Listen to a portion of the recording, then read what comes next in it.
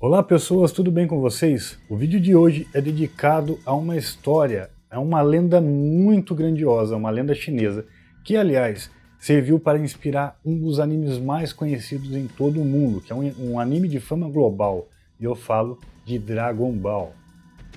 Tem gente que não sabe, mas é fato. Dragon Ball, a sua base, muitos elementos que contém ali, tanto em Dragon Ball quanto em Dragon Ball Z, foram retirados de uma lenda chamada Jornada ao Oeste, que é um romance mitológico escrito pelo escritor chinês Wu Shen.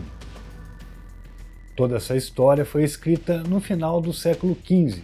Em outras palavras, Jornada para o Oeste ou Jornada ao Oeste tem a história do personagem, que é o personagem chamado Rei Macaco, que na verdade é Wukong. E ela serviu de inspiração para muitas coisas, incluindo o próprio Dragon Ball.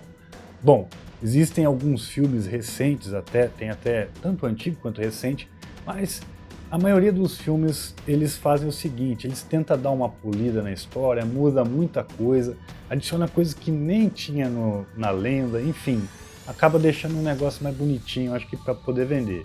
Bom, mas mesmo assim são bons filmes, eu gostei de ver aí alguns, tá?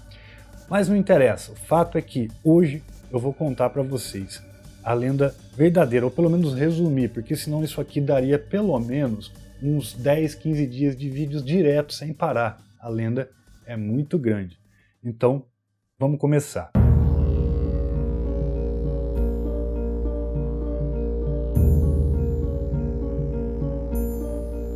Nossa história aconteceu há centenas de anos atrás.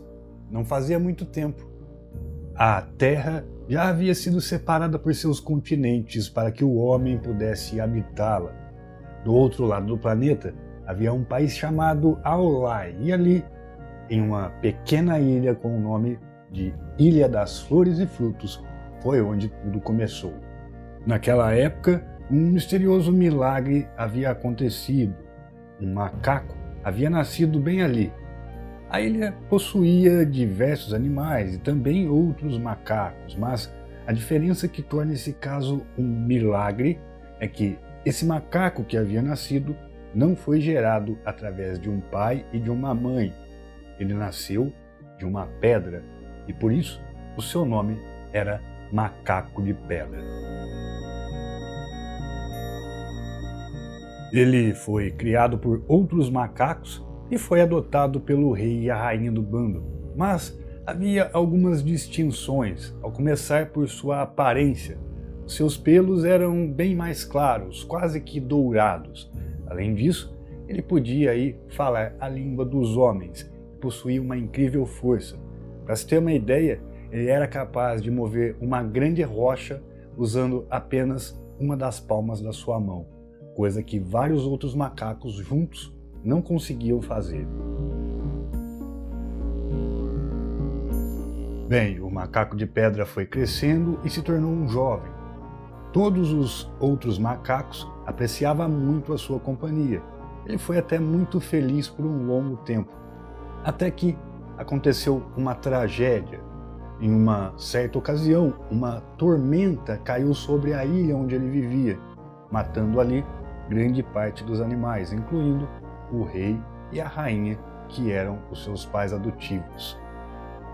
Com o rei e a rainha mortos, Macaco de Pedra assumiu o trono, mas algo lhe perturbava, é que ele pôde refletir o valor de uma vida e o quão breve ela pode ser. Ele passava muito tempo se perguntando se existia um meio de prolongar os seus dias na Terra ou até mesmo de adquirir a vida eterna. Ele, então, foi aconselhado por outros macacos mais velhos a procurar por respostas com os sábios e as divindades. E sua empolgação foi tanta que, naquela mesma manhã, ele partiu pelo mundo em busca de respostas. Em sua viagem, ele pôde conhecer um novo mundo. E foi também aqui que, pela primeira vez, ele viu os seres humanos, pois, embora ele falasse a língua dos homens, antes ele nunca havia visto um. Bom, ele acabou que viajando por cidades e várias montanhas, e por onde passava, chamava muito a atenção. Imagina só a situação, né? Um macaco do tamanho de um ser humano e falante ainda, né? Realmente chamava a atenção.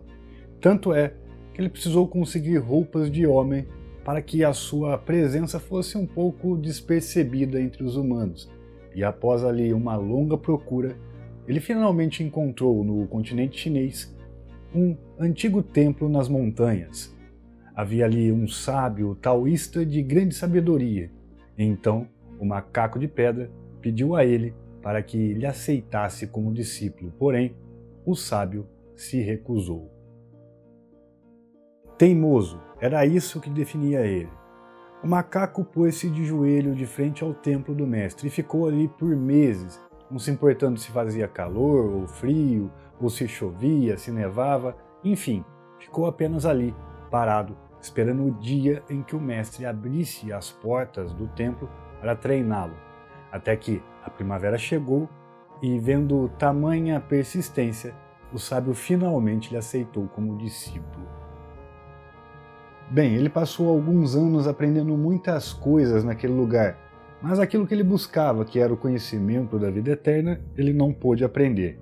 Ao invés disso, ele aprendeu técnicas ocultas especiais, e dentre elas a de saltar a de uma altura de mais de 50 quilômetros, e também a de viajar rapidamente entre as nuvens. Além disso, ele era capaz de se transformar em objetos ou até mesmo em outras pessoas ou qualquer ser vivo, por assim dizer. E com o uso de um fio de pelo, ele tirava ali um pelo do corpo dele, ele conseguia fazer a técnica da multiplicação, criando assim uma cópia idêntica dele para o combate. Agora você imagina se ele pegasse um chumasco de pelo, sairiam ali vários macacos idênticos a ele. Bom, ele acabou recebendo um novo nome e passou a ser chamado de Sun Wukong, nome esse que seria conhecido mais tarde por muitas divindades. Wukong treinava duro, mas acabou sendo expulso daquele templo pois era muito exibido e não sabia guardar segredos, e após a sua expulsão, chateado, voltou para governar o seu povo na ilha onde nasceu. Ele passou ali naquela ilha alguns anos e, como havia se convertido em alguém muito poderoso, acabava sempre resolvendo os problemas e defendendo o seu povo contra monstros e demônios. Sim, pois, naquela época, os demônios também habitavam a Terra.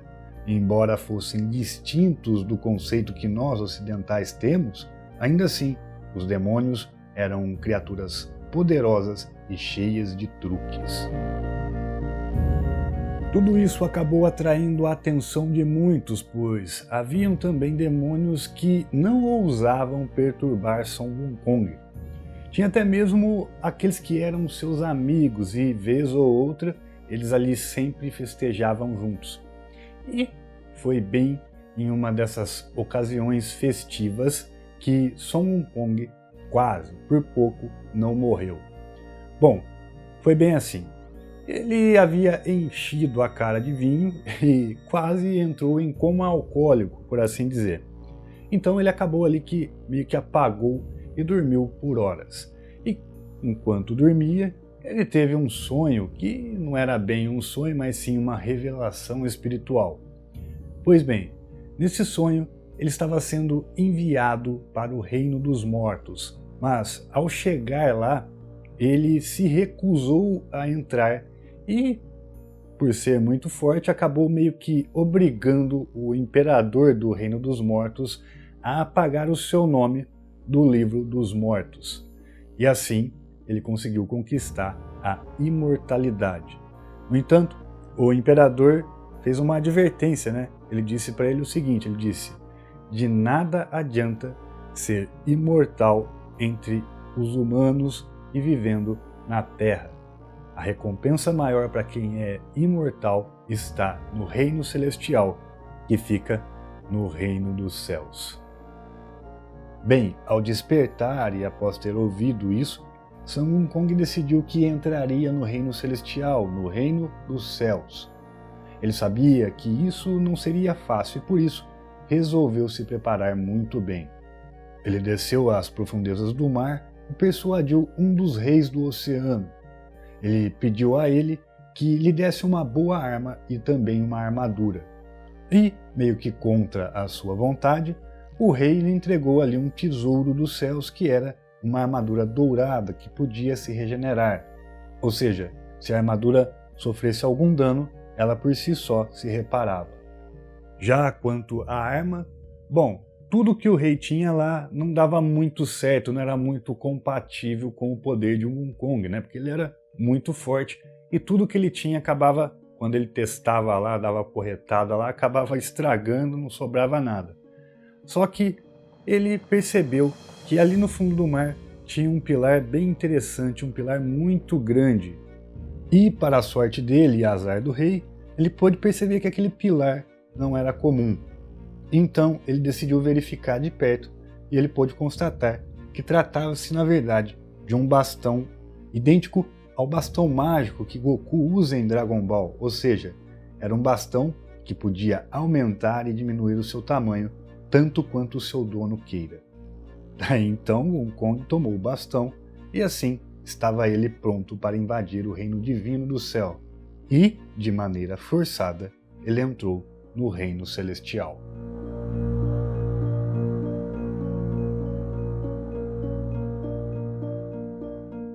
Bem, chegando lá, ele pôde perceber que, como todo o reino dos céus não era diferente. Havia ali uma hierarquia, como por exemplo, tínhamos o imperador, comandantes, soldados, divindades que eram responsáveis pelo fogo, pela água, enfim. Havia todo tipo de classificação e cada divindade tinha sua determinada função. Vendo aquilo, Wukong exigiu uma posição no céu, um lugar, e algo deveria ser equivalente à posição do Imperador de Jade, ou melhor dizendo, Imperador dos Céus. E é claro, as suas exigências eram absurdas, e por conta disso, a guerra entre Wukong e o Reino Celestial havia começado. E por incrível que pareça, ele sozinho criou um enorme caos por lá. Nem mesmo os deuses mais fortes puderam suportá-lo. Daí então, para evitar que Wukong destruísse tudo e todos, sim, pois como eu disse, ele era muito forte e também muito hábil, o imperador resolveu lhe dar uma morada nos céus e uma posição. Acreditando ser uma posição equivalente à do imperador, Wukong assumiu o status de cuidador de cavalos.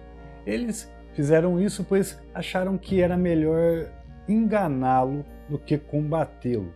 Porém, mais tarde ele acabou que descobrindo tudo isso aí, ele viu que foi enganado e se revoltou e mais uma vez foi confrontar lá o Imperador Celestial e quase deu nele. Bom, vendo que novamente o Wukong apresentava riscos ao povo divino, o imperador resolveu então acalmá-lo e deu a ele ali uma mansão e um novo cargo. E esse novo cargo era o cargo de vigia dos pêssegos celestiais, frutas essas que serviam para saciar os deuses e além de, é claro, aumentar os poderes e até mesmo prolongar a vida dos mortais, caso um viesse a comê-la no caso, né? Mas tem um porém, o imperador mais uma vez mentiu para o Wukong, dizendo a ele que o seu cargo era tão importante quanto o dele.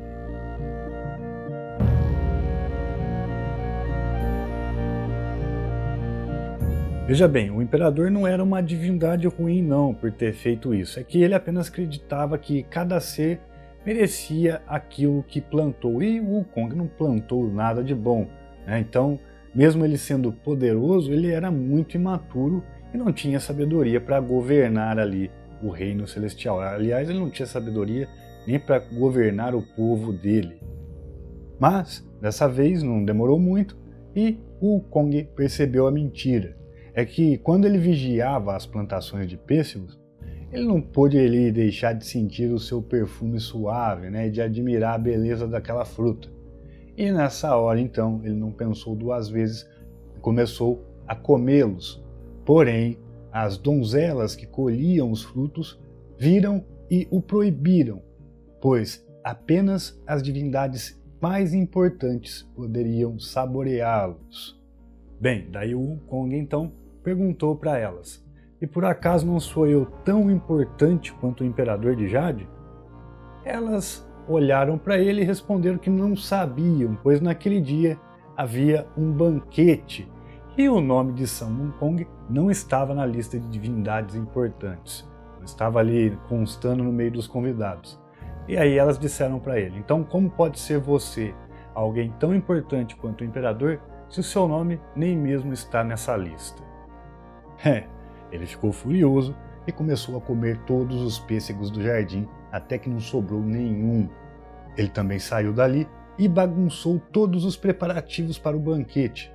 Usou ali um poder para congelar o tempo enquanto comia tudo o que tinha. Aliás, bebeu também todas as garrafas de vinho e, além disso, comeu uma enorme quantidade de pílulas especiais, que, assim como o pêssego, aumentava o poder de quem as comia. E essas pílulas eram tão poderosas que só eram servidas em raras ocasiões, em um intervalo de 200 anos, mas Wukong comeu naquele único dia centenas delas. Embriagado, furioso, ele abandonou o céu e desceu à terra reclamando. Estava realmente muito nervoso por ter sido enganado por 2 vezes pelo imperador. Ele decidiu então voltar para o seu reino na montanha Flores e Frutos.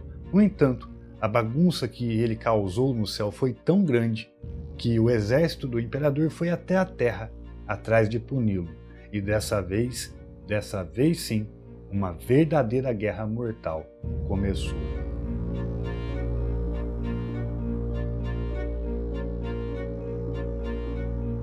De um lado, na Terra, demônios e o povo macaco de Wukong experimentaram ali a ira dos soldados celestiais.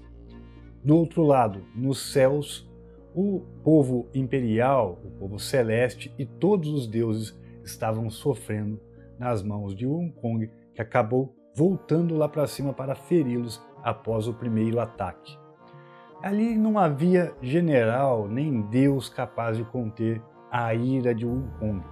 Nem mesmo o poderoso guerreiro e sobrinho do imperador, a divindade Erlang, conseguiu contê-lo. Eles até chegaram a capturá-lo e prendê-lo por um curto período. Tentaram punir ele com a morte, mas não havia lâmina que pudesse cortar o seu corpo, nem flecha que pudesse perfurar o seu coração, e muito menos raio que pudesse queimar a sua pele. E além disso, ele também foi jogado dentro do forno onde as pílulas mágicas eram feitas e ficou ali por 45 dias, mas ele não morreu. O resultado disso é que Wukong colocou o imperador e as divindades para fora dos céus, até que o próprio Buda resolveu intervir.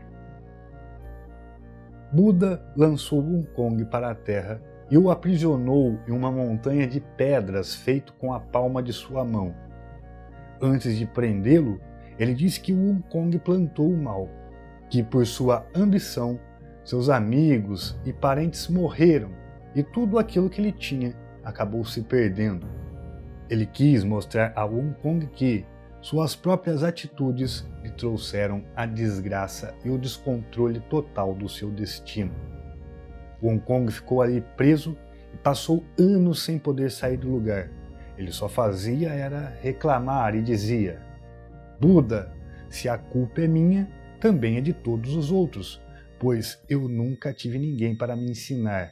Ninguém no céu quis me ensinar o que era certo e o que era errado. Apenas me tratavam com desprezo. E de fato, isso ocorria por ele ser apenas um macaco ambicioso, convencido e sem bons modos. Ele não tinha respeito por ninguém. Ninguém o aprovava ali no céu, exceto um único deus, que era o deus Nezha, que embora tenha batalhado contra o Wukong, o admirava e o respeitava muito. Ele via ele como um grande amigo. Bem, daí então Buda, junto com a ajuda de Kuan Yin, que era a deusa da misericórdia, decidiu dar uma oportunidade ao Wukong de ensiná-lo. Acontece que naquele período, uma divindade próxima de Buda, bem próxima ali mesmo, tinha a missão de resgatar os sutras sagrados que estavam na Terra. E essa divindade deveria reencarnar como um humano e encarar as mais difíceis provações aqui na Terra.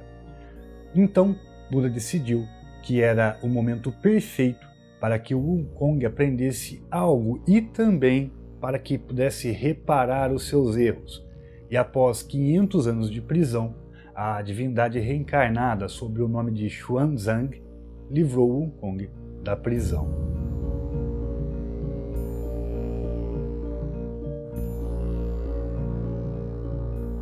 Um manto budista e uma coroa que servia para repreender Wukong com a ajuda de um cântico sagrado, caso ele viesse aí a fazer algum mal.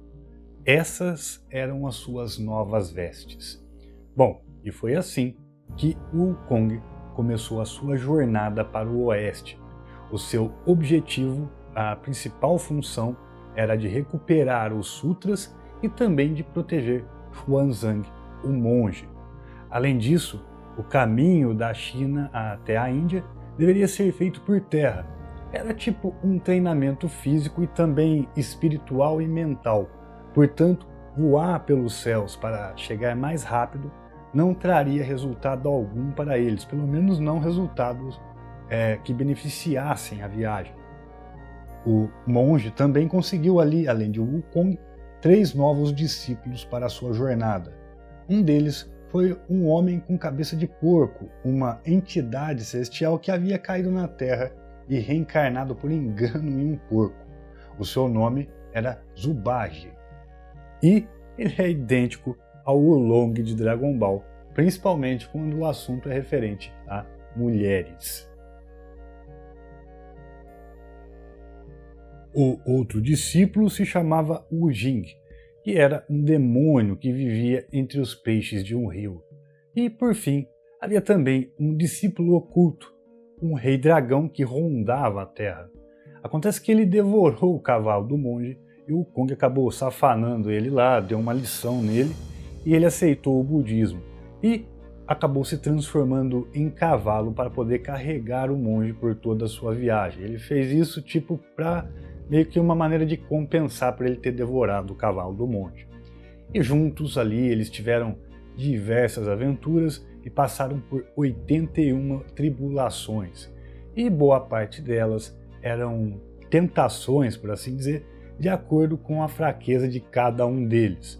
Como, por exemplo, no caso do Wukong, a fúria era a sua fraqueza porque isso lhe fazia matar, né? Ele perdia o controle quando ele ficava furioso.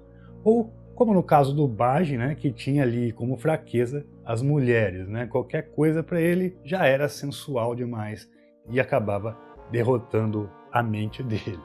Bem, aliás, em Dragon Ball Z, temos um episódio onde a Rainha Serpente tenta obter o amor de Goku para ela.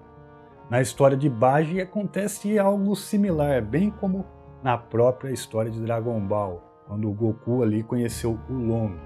Aquele episódio onde eles se conhecem é um pouco parecido também com a história do Zubaji. Já outra adaptação de Dragon Ball retirada dessa lenda maravilhosa é aquela dos guerreiros Ouro e Prata, que atormentavam um vilarejo que o Goku salvou, não sei se vocês lembram. Assim como no anime, na história de Wukong, ele enfrentou 2 demônios, que eram os demônios Rei Ouro e Rei Prata, e eles possuíam também uma garrafa mágica que, ao dizer o nome da pessoa e se a pessoa não respondia, ela puxava a pessoa para dentro da garrafa e transformava ela num saboroso vinho. No final da jornada de Wukong e seus amigos, bem, podemos dizer que ele aprendeu com seus erros, aprendeu que tudo que ele plantou, seja bom, seja ruim, ele colheu. E ele conseguiu também alcançar a iluminação e não só isso, ele conseguiu o status semelhante ao de Buda. Todos eles ali, aliás, tiveram uma grande recompensa eterna de acordo com os seus progressos, né? Progressos e feitos, né? As suas ações. Todos eles saíram muito bem, exceto ali o Baji, que não controlava o seu desejo por mulheres, isso aí ele não conseguiu mudar mesmo, e para ele o status de tipo faxineiro do altar foi o máximo que ele conseguiu receber de toda essa viagem.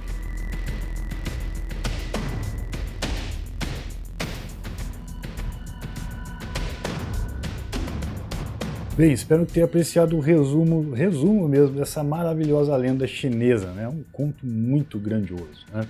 Antes de ir, eu quero agradecer a Na Silva, o Iago Ferreira e o Zoltan por terem feito aí algumas dos desenhos, né, das artes que vocês viram aí durante o vídeo, né?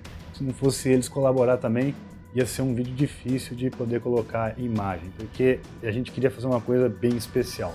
Então, meu muito obrigado a eles pela ajuda, pela colaboração que eles deram. Se gostou, dá joinha, compartilhe esse vídeo em suas redes sociais e não se esqueça, se é novo ou nova, se inscreva no canal. Eu vou nessa, um forte abraço, até o próximo vídeo, fui!